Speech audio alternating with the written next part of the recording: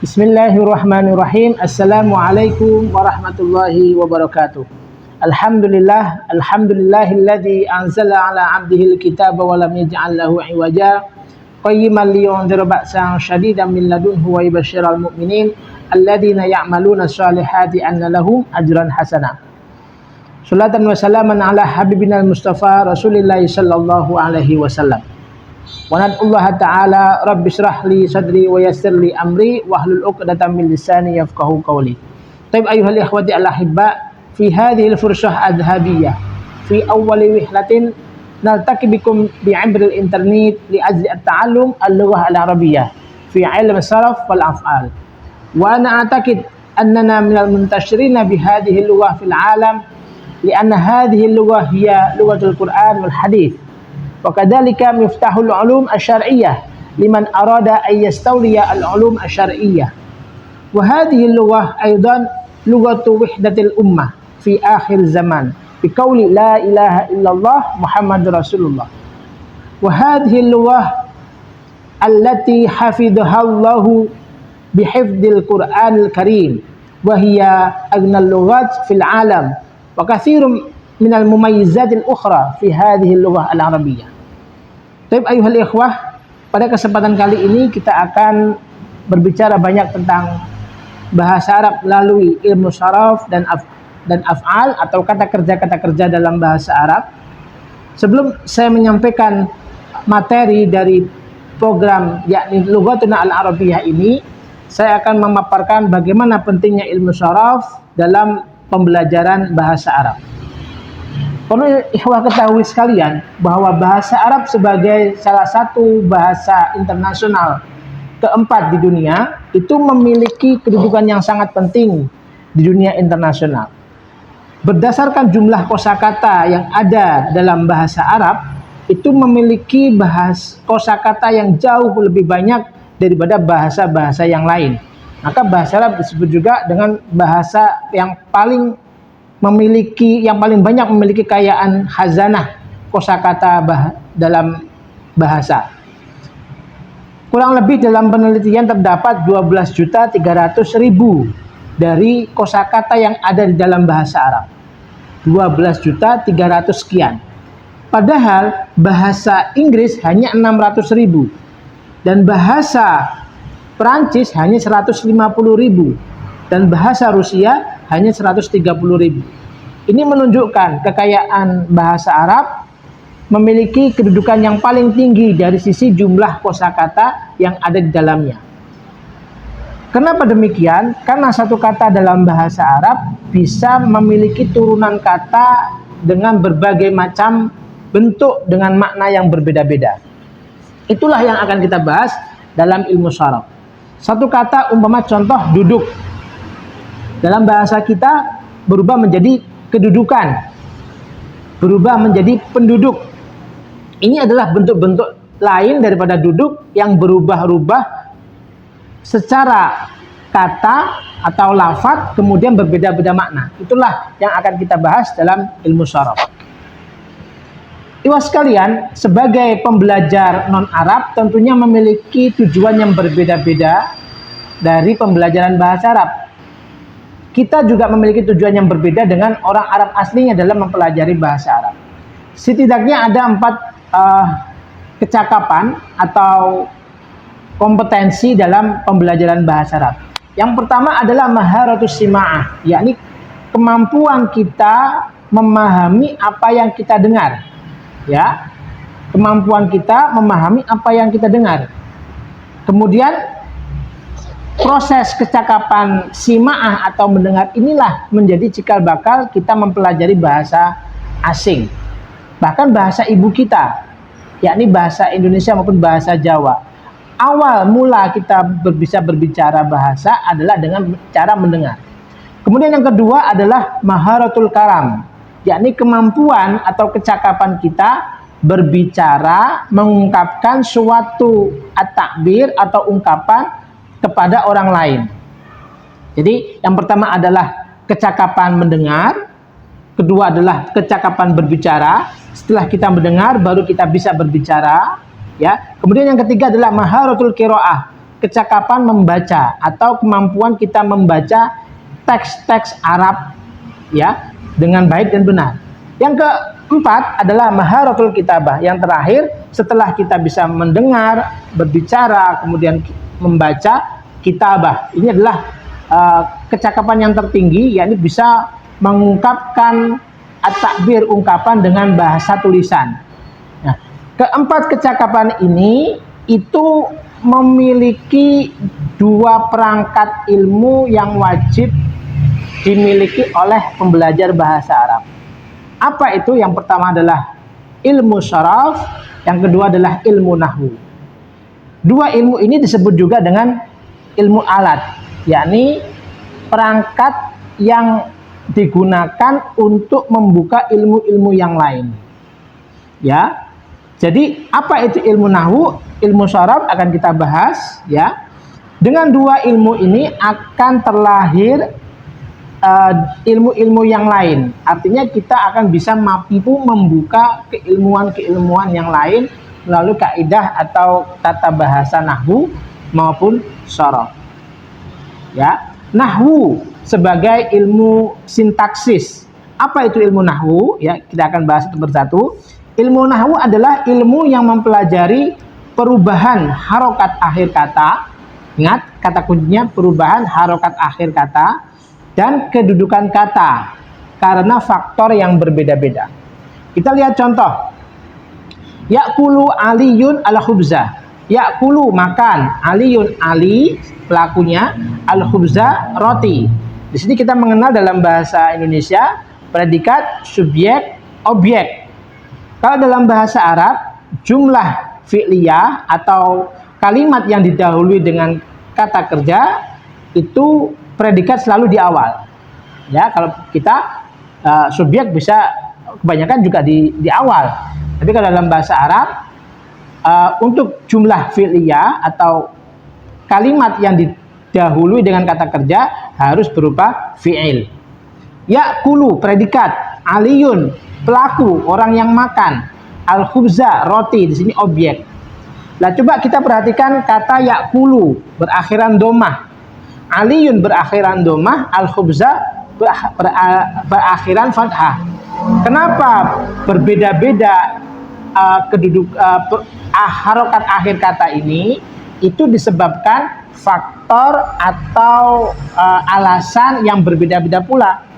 Ya'kulu predikat, Aliyun kenapa domah? Karena dia sebagai pelaku atau subjek.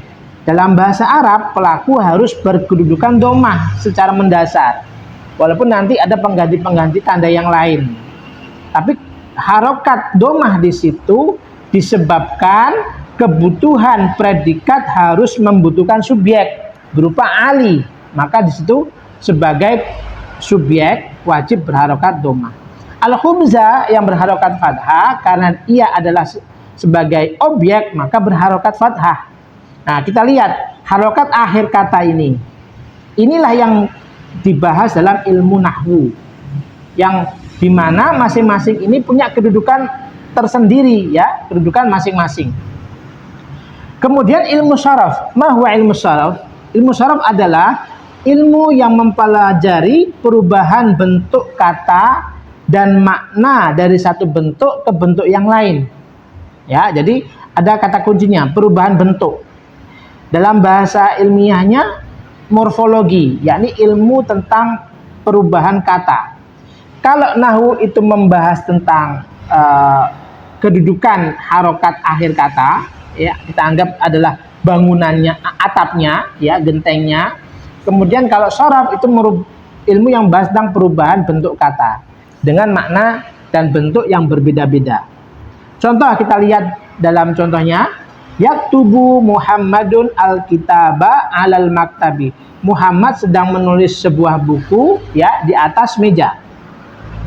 Yaktubu al-katibu al-maktaba yang berwarna kuning ini itu berbeda makna, tetapi berasal dari satu kata yang sama.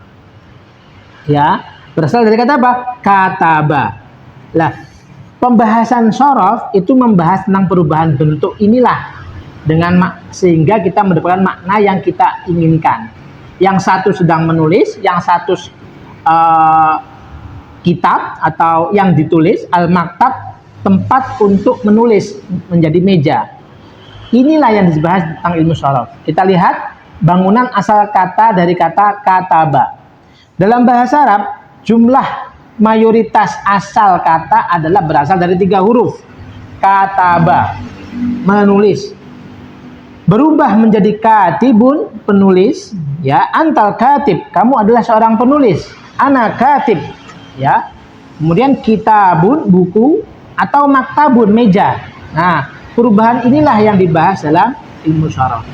Insyaallah ikhwas sekalian bisa memahami ini. Kita lanjutkan. Bukti bahwa dalam bahasa Arab itu memiliki kekayaan khazanah kosakata yang luas adalah dari buktinya adalah diantaranya adalah kata ganti. Kata ganti dalam bahasa Indonesia itu hanya 6, tapi dalam bahasa Arab ada 14 bentuk. Ya, kita lihat gambar ini, ya. Kelompok yang pertama adalah bentuk orang ketiga, laki-laki. Kedua adalah bentuk orang ketiga, perempuan. Kemudian tengah adalah bentuk orang kedua, laki-laki. Bentuk orang kedua, perempuan. Dan ini adalah bentuk orang ke-1, yakni laki-laki dan perempuan. Maka kalau kita tasrif masing-masing ruasnya ini, huwa, huma, hum, ya. Hiya, huma, hunna. Anta, antuma, antum. Anti, antuma, antunna. Ana, nahnu. Bagi pembelajar syaraf itu wajib hukumnya memahami dan menghafal kata ganti. Huwa, dia laki-laki, huma, mereka berdua laki-laki, hum, mereka laki-laki. Hiya, dia perempuan, huma, mereka berdua perempuan, huna, mereka perempuan. Anta, kamu laki-laki, antum, kamu berdua laki-laki, antum, kamu sekalian laki-laki. Anti, kamu perempuan, antuma, kamu berdua perempuan, antuna, kamu sekalian perempuan. Ana, saya, nahnu, kami. Ya, ini wajib dihafal. Masing-masing ini punya bagiannya masing-masing. Kita lihat, ya. Antara Ustadz, kenapa antara huma baik laki-laki maupun perempuan sama, atau antuma yang berdua laki-laki maupun perempuan sama? Iya sama, tapi kita akan menggunakannya sesuai dengan konteksnya. Kepada siapa kita bicara atau kita membicarakan siapa? Kalau kita membicarakan dua orang laki-laki, maka huma, ya, atau 2 orang perempuan juga huma. Itu tidak masalah, tinggal konteks penggunaannya saja. Oke, ini wajib dihafal sebagai tugas pertama, ya, menghafalkan kata ganti. Huwa, huma, hum, hiya, huma, hunna, anta, antuma, antum, anti, antuma, antuna, ana, nahnu. Jangan asal hafal, tapi juga harus memahami dengan baik masing-masing. Karena ini akan berpengaruh kepada perubahan kata kerja. Ikhwas sekalian, kekayaan khazanah ilmu bahasa Arab ini diantaranya adalah setiap kata kerja yang kita gunakan, perbedaan kata ganti masing-masing yang berjumlah 14 ini mengikuti perubahan bentuknya masing-masing. Itulah diantara kekayaan ilmu bahasa Arab. Di sini adalah syaraf. Berikutnya, proses tahapan pembelajaran kosakata. Di tangan saya ini ada buku kosakata. Ini kita desain untuk pembelajaran bahasa Arab untuk menguasai kosakata mendasar yang berjumlah lebih dari 500 kosakata. Kenapa saya bilang 500 kosakata? Karena 250 kosakata adalah kosakata inti, kata kerja. Di dalam contohnya itu terdapat lebih ratusan, 300 lebih kosakata yang baru yang bisa antum dapatkan, sehingga akan memiliki khazanah keilmuan yang banyak. Oke, proses tahapan pembelajaran kosakata. Yang pertama adalah mendengar kata. Jadi ketika saya mengucapkan, antum mendengar, ya. Contoh kitabun, dalam kata kerja, contoh kataba, ya, antum mendengar. Kemudian yang kedua adalah mengucapkan kata. Ketika saya mengucapkan, akan saya kasih jarak sekian detik untuk ikhwah mengikutinya. Ya, tidak boleh dalam hati, harus melafalkan. Karena ketika kita melafalkan akan melibatkan indera mulut untuk membiasakan atau mengenalkan sehingga pembelajaran bahasa akan semakin efektif ketika memadukan semakin banyak indera yang kita miliki. Oke, dari mulai pendengaran, melihat, kemudian suara, ya, kemudian memegang, punya bukunya, dan itu bisa lebih efektif lagi. Yang ketiga berikutnya mendapatkan makna. Setelah itu akan mendapatkan makna. Oh, ternyata kataba itu menulis, yaktubu sedang menulis, dan seterusnya. Kemudian membaca, ini juga ada latihan membaca. Maka orang yang belajar bahasa Arab seyogianya juga harus memperbaiki bacaan Al-Qur'annya. Ketika kita sedang membaca Al-Qur'an, sejatinya kita sedang memperbaiki bacaan atau pembelajaran bahasa Arab dari sisi membaca.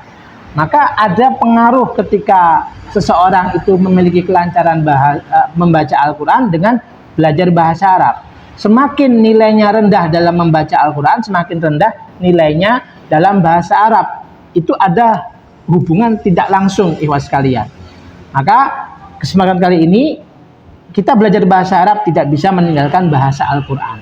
Oke ya. Kemudian setelah membaca, menulis. Ikhwas sekalian, tetap menulis kosakata yang saya sampaikan di dalam buku secara khusus sebagai tugas, ya, untuk bisa melekatkan apa yang kita serap dari kosakata tersebut dalam pikiran kita.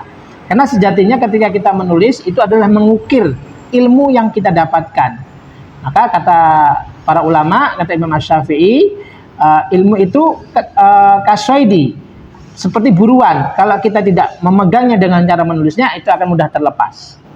Kemudian terakhir adalah membuat kalimat. Tujuan akhir daripada kosakata tidak boleh hanya menghafalkan kosakata semata, harus meletakkan di dalam kalimat yang sempurna, kalimat yang baik dan benar. Maka bagian dari kesalahan belajar bahasa Arab adalah hanya menghafalkan kosakata tanpa mau meletakkan ke dalam kalimat yang baik dan benar. Ibu sekalian, itu merupakan video yang pertama dari pembelajaran kita pertemuan kali ini. Semoga apa yang kita dapatkan hari ini bermanfaat. Kita berdoa, Allahumma anfa'na bima 'allamtana wa 'allimna ma yanfa'una uluman tanfa'una fid dini wad dunya wal akhirah.